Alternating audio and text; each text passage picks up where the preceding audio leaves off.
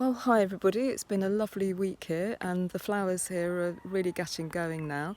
But I just thought I'd alert you to a couple of potential problems with veg that I'm encountering here. So this discoloration on my new potato leaves is early blight, which is a fungal disease. It's not as devastating as late blight, which is what really rips through crops and caused the Irish potato famine. But if it gets washed from the leaves into the soil, it can affect the tubers. They get mottled and start rotting if they're left for any time.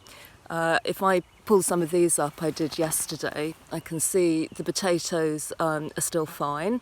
In fact, they're very nice.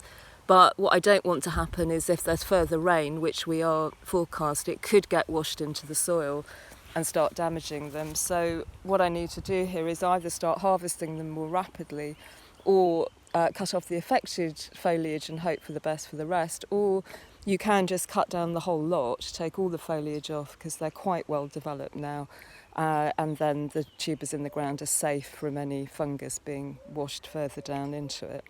But it's something I've not encountered before. It must have been because it was really quite muggy last weekend, and it just kind of arrives. So that's one thing. Beans here are looking rather marvellous, but I'm just going to show you the pumpkin flowers. And again, this is something I've not encountered before. Both pumpkins and courgettes have sort of set fruit pretty successfully, but I noticed that fruit that has started and not set. And looking it up, it's because we have female flowers on pumpkins and squashes, and you can see that they are because of the young fruit behind. And then the male flowers there have long stalks and no bump behind. And if there aren't enough female and male flowers open simultaneously, they won't get pollinated and set fruit. And that can be true early in the season when the plants are young, or if it's cool and the pollinators aren't flying.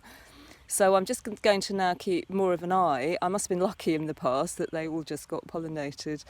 And if it looks like these aren't developing, then what you have to do is take, either with a paintbrush or just with the whole flower, take the pollen from the male flower and brush it into the female flowers. But I can see quite a lot of pollinators flying today, so I'm hoping it will be okay. So just a couple of things to keep an eye out for, and back next week.